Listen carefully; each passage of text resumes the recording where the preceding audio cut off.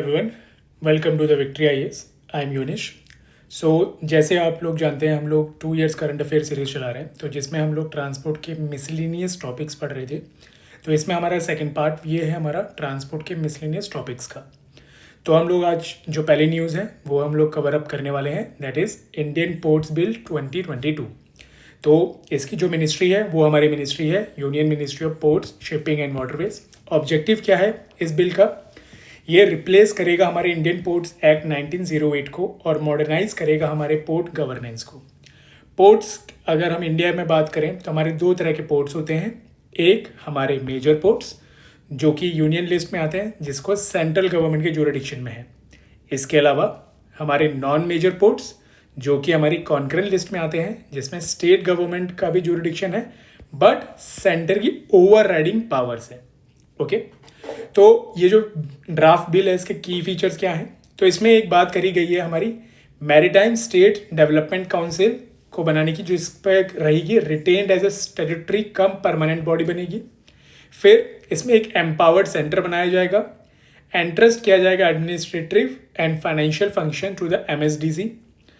5 secretaries plus 1 joint secretary of government of India, coastal UT administrator as a MCDC member.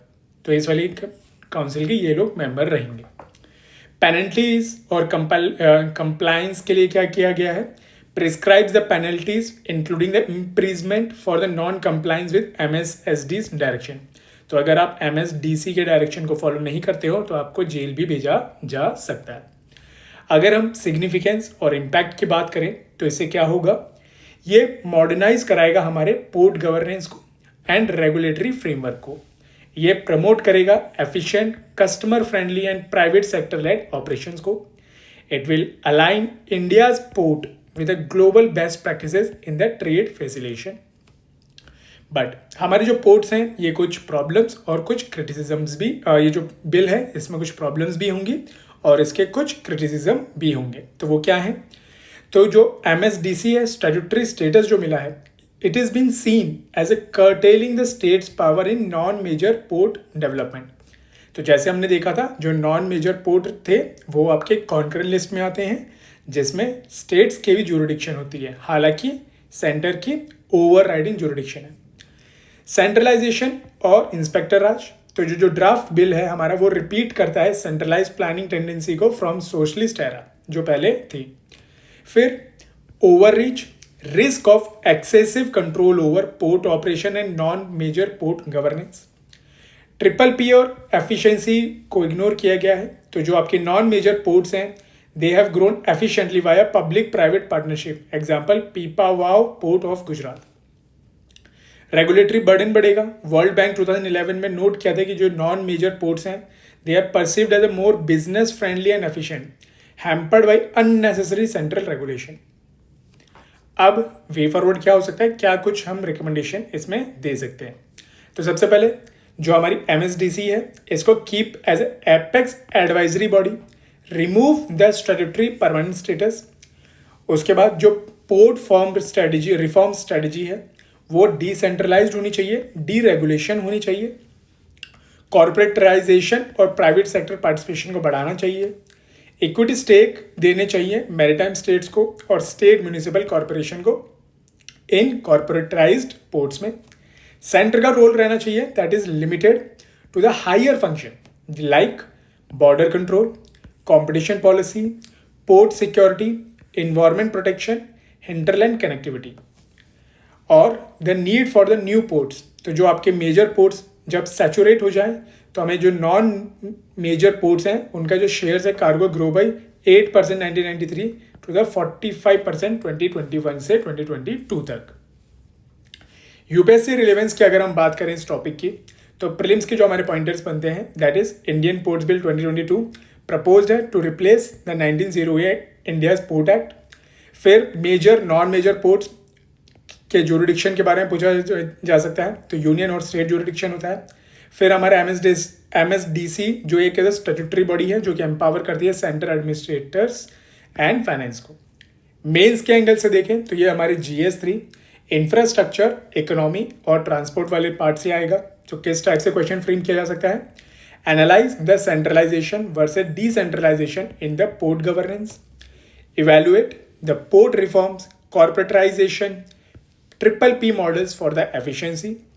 Discuss role of non-major ports in cargo distribution and economic growth. Examine the regulatory burden and investment climate in Indian port sector. अब next news पे चलते हैं, that is Dharamshala declaration. तो ये क्या था? ये adopt किया गया था as a national conference of states tourism minister Dharamshala में। तो इसका नाम दे दिया गया धर्मशाला डिक्लेरेशन। ऑब्जेक्टिव क्या है? हमें डेवलप करना है सस्टेनेबल रिस्पॉन्सिबल टूरिज्म और पोजीशन करनी है इंडिया की as a global leader in tourism by the 2047। Current status क्या है हमारे देश में टूरिज्म का? तो जो हमारा WEF travel and tourism development index है, उसने इंडिया को रैंक करा है 54th आउट ऑफ 117, जो कि डाउन हुआ है फ्रॉम 46 इन 2019। कंट्रीब्यूशन की अगर हम बात करें टूरिज्म की GDP में, तो that is around 6.8%। Employment over 39 million jobs in the tourism sector. Government initiative क्या क्या लिए गए हैं हमारे टूरिज्म के लिए? तो एक ड्राफ्ट नेशनल टूरिज्म पॉलिसी, जो कि टारगेट है कि हम लोग 1 ट्रिलियन तक डॉलर कंट्रीब्यूट करेगा बाय 2047 टूरिज्म सेक्टर।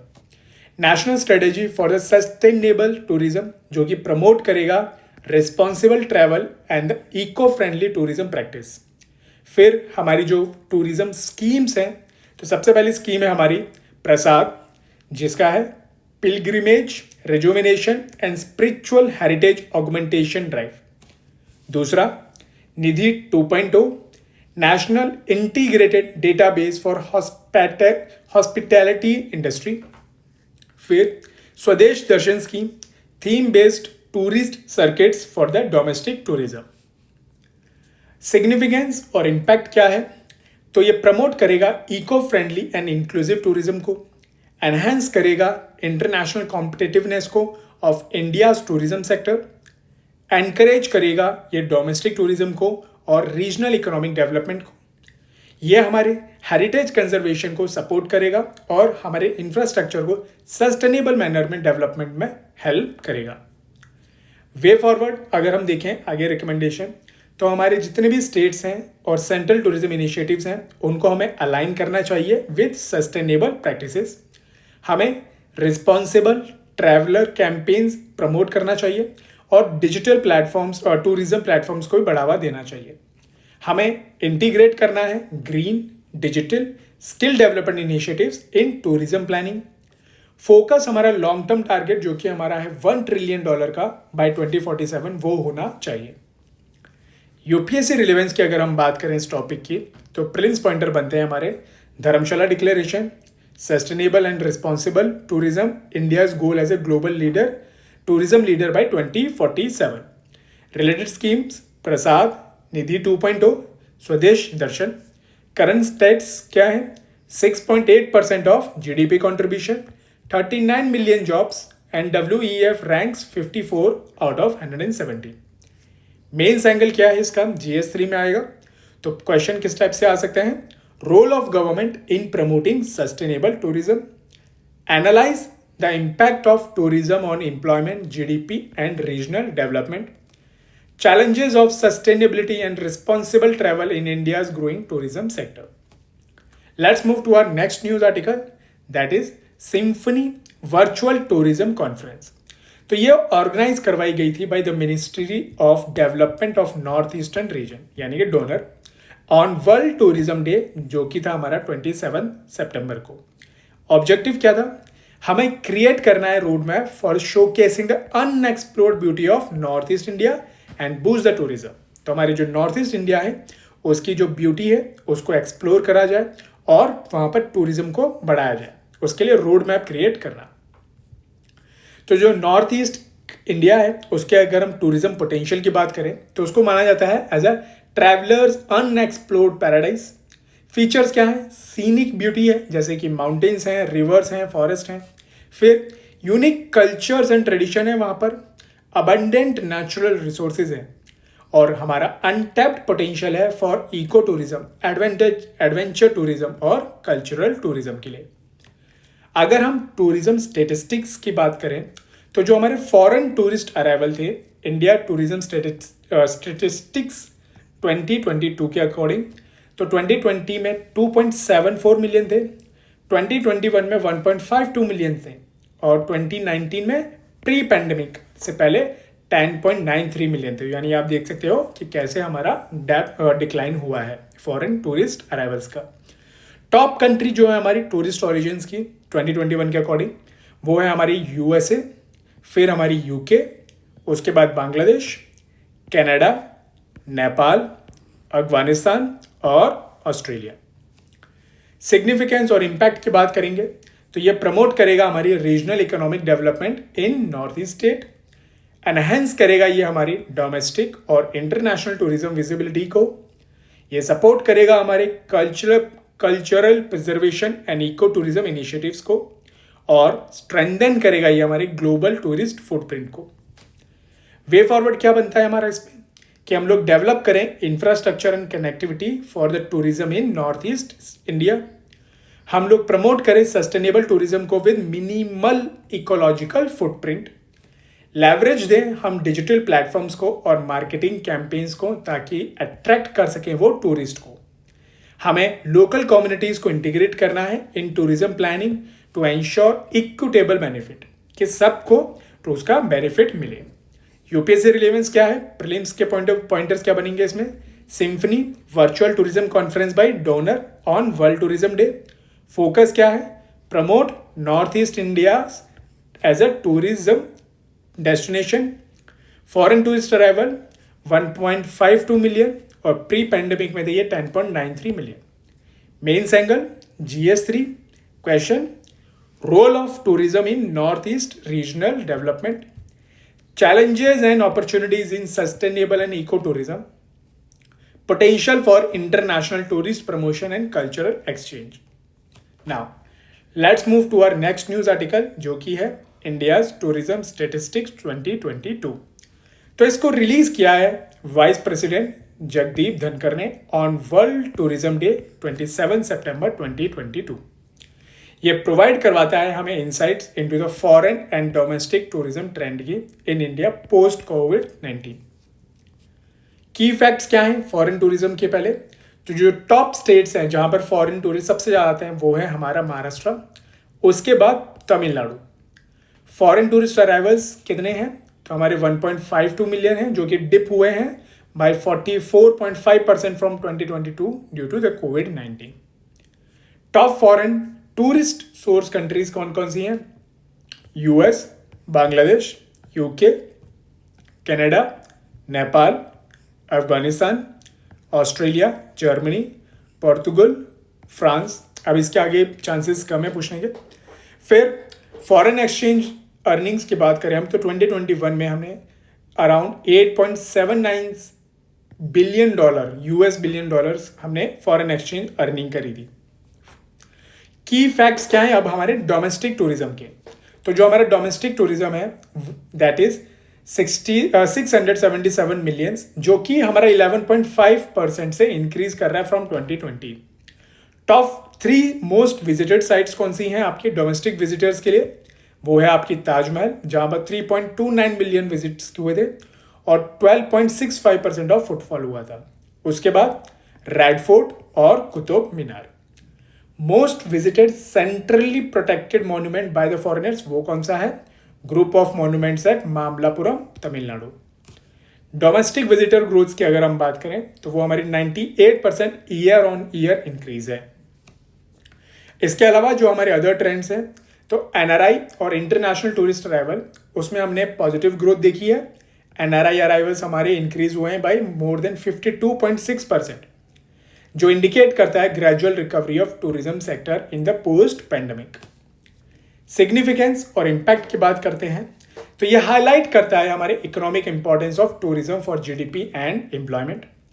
ये शो करता है हमारे regional tourism hotspot for the policy focus. ये हमें डेटा प्रोवाइड करवाता है to formulate the tourism promotion strategies and attract the foreign exchange. UPSC relevance की बात करें तो प्रीलिम्स पॉइंटर क्या बनेंगे हमारे, तो India's tourism statistic 2022, released by World Tourism Day 27 September 2022.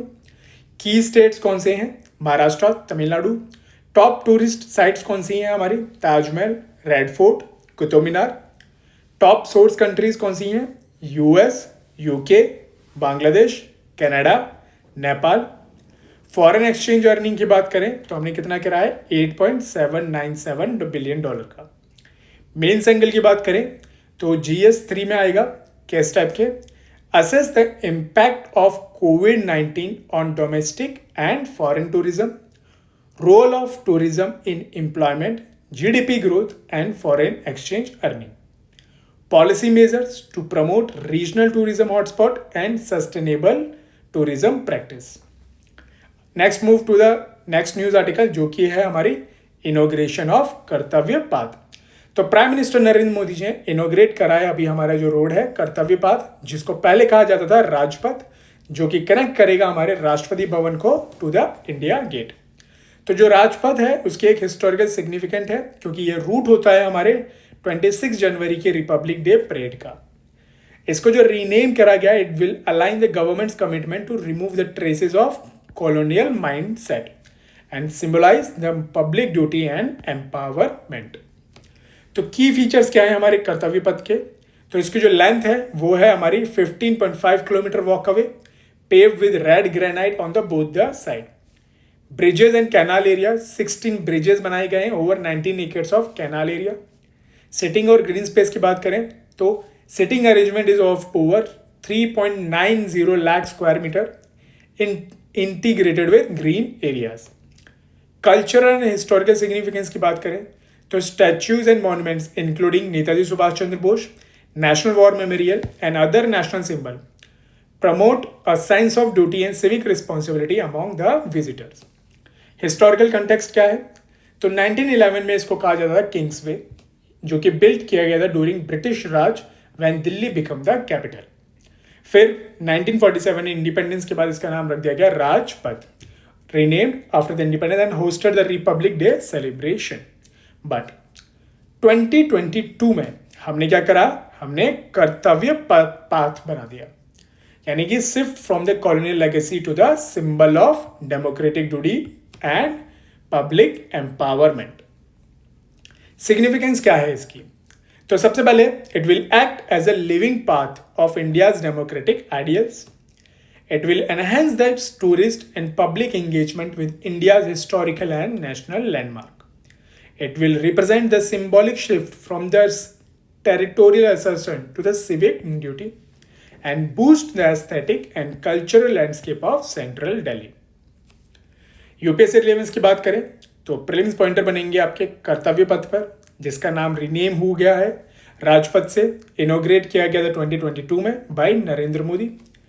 Connects the Rashtrapati Bhavan to the India Gate. Length है इसकी 15.5 किलोमीटर. फीचर करता है ये 16 ब्रिजेस को. सिटिंग एरिया है इसका 3.9 lakh square metre. Green spaces. Monuments कौन कौन से हैं इसके अलावा? तो एक है आपका नेताजी सुभाष चंद्र बोस स्टैच्यू, फिर आपका नेशनल वॉर मेमोरियल.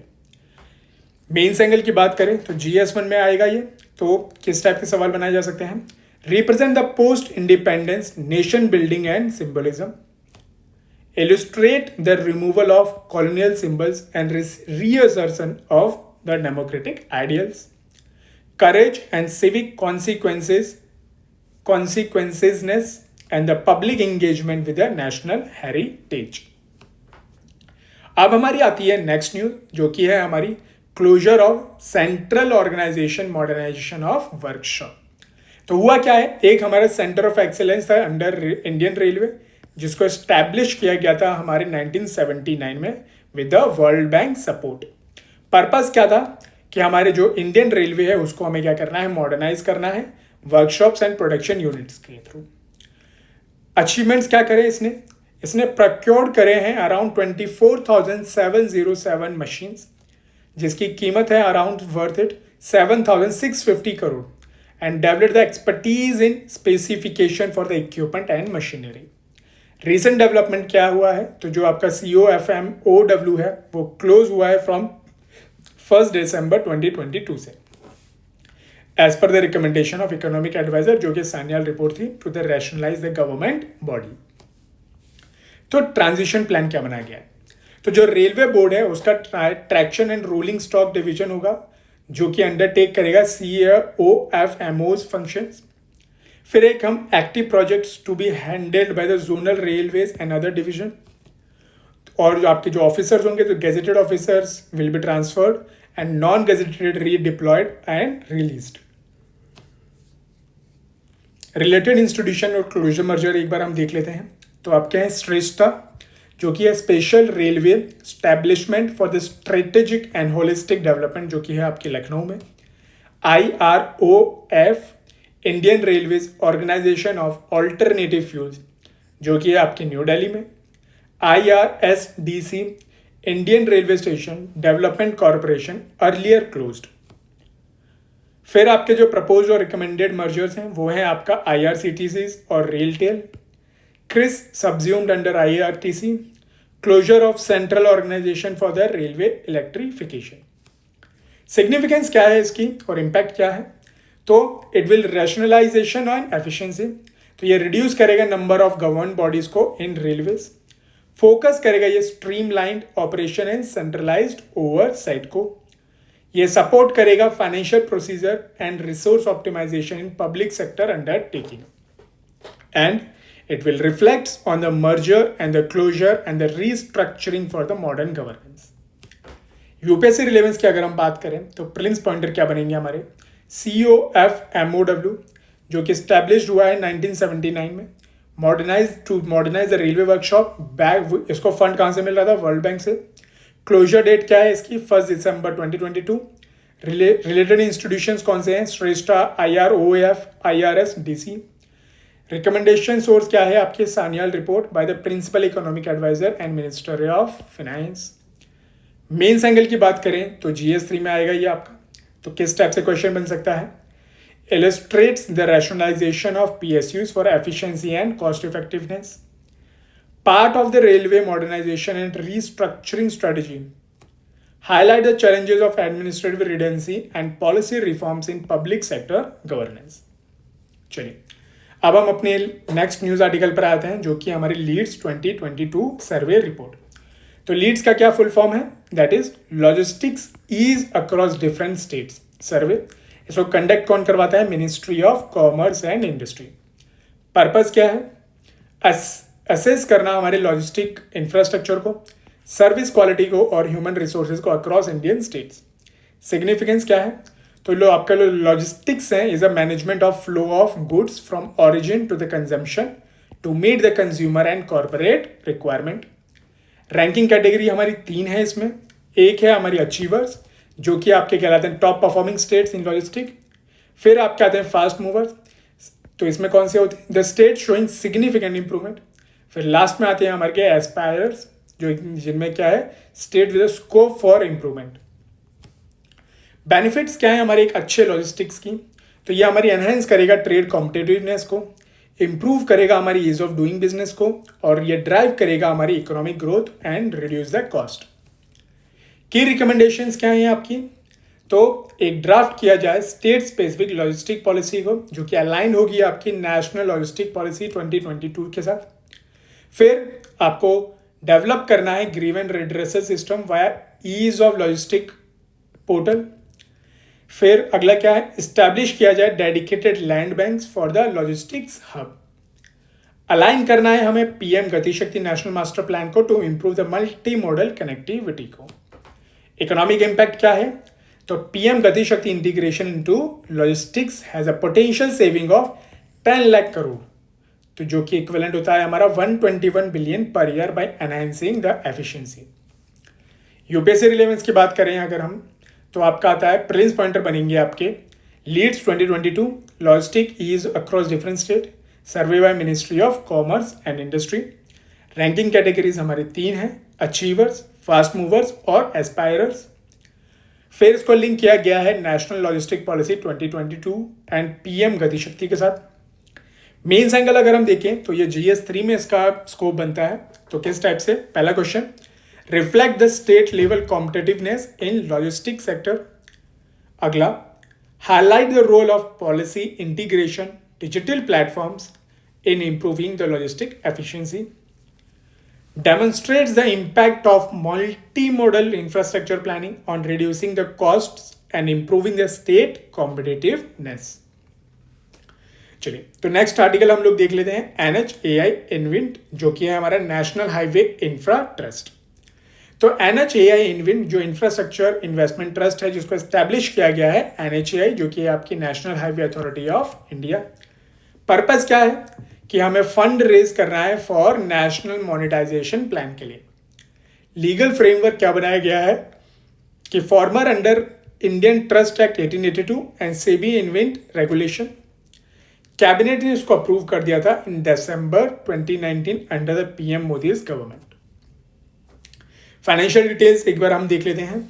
तो ये बॉन्ड ऑफर करेगी अराउंड 8.05% एनुअल रिटर्न के साथ। It will have a current capital raise target जो कि है इनका 3,800 करोड़ का।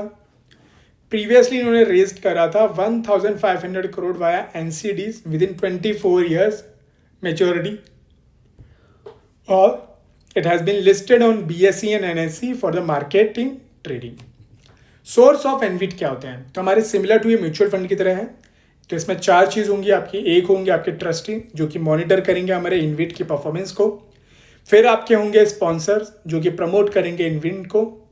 फिर आपके आएंगे इन्वेस्टमेंट मैनेजर जो कि आपको सुपरवाइज करेंगे, असिस्ट करेंगे इन्वेस्टमेंट में।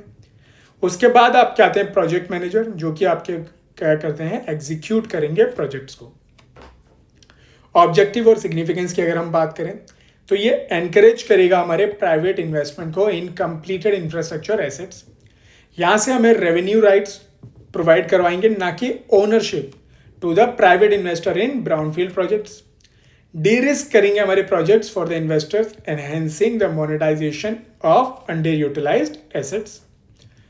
नेशनल मोनेटाइजेशन पाइपलाइन के बारे में देख लेते हैं। तो इसको लॉन्च किया गया था 2021 में बाय नीति आयोग।